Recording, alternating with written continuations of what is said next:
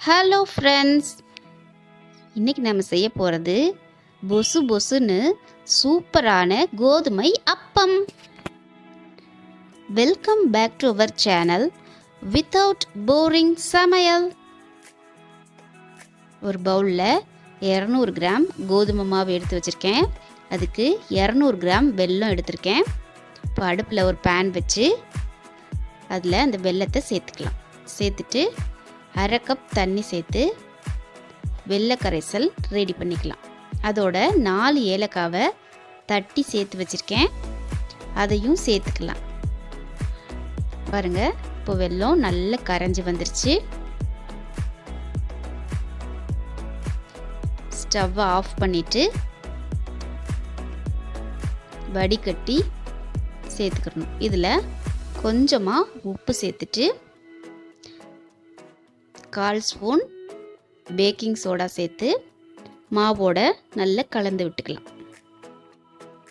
இப்போ ஒரு வடிகட்டியை வச்சு இந்த வெள்ளை கரைசலை வடிகட்டி சேர்த்துக்கலாம்.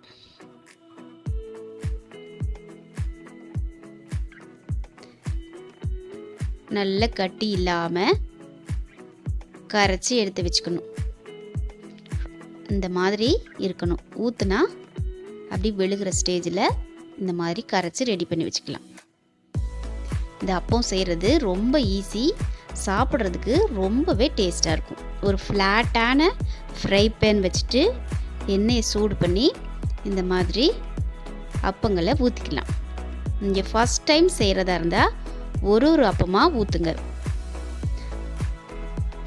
இது மேலே நல்ல இந்த மாதிரி எண்ணெய் எடுத்து மேலே இப்படி ஊற்றிட்டே இருந்தீங்கன்னா நல்ல புசு புசுன்னு வந்துடும். அடுத்த பக்கமாக திருப்பி போட்டுக்கலாம்.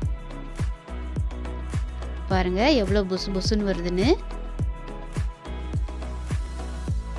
அகலமான பாத்திரம் வைக்கல இந்த மாதிரி 4 அப்பம் ஊற்றிருக்கேன் நான். நீங்கள் சின்ன பாத்திரமாக வச்சிங்கன்னா 1 இல்லை 2 ஊற்றிக்கோங்க. இந்த மாதிரி புசு புசுன்னு வந்த பின்னால் அடுத்த பக்கம் திருப்பி விடலாம்.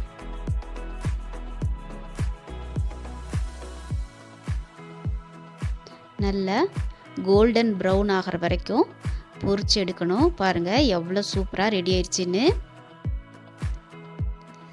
ஓசையெல்லாம் அடங்கிருச்சு. சூப்பரான சாஃப்டான கோதுமை அப்பம் ரெடி. இதே மாதிரி எல்லா அப்பங்களையும் பொரிச்சு எடுத்துக்கலாம். இந்த டிஷ்ஷை நீங்களும் ரசித்து சமைங்க, ருசித்து சாப்பிடுங்க.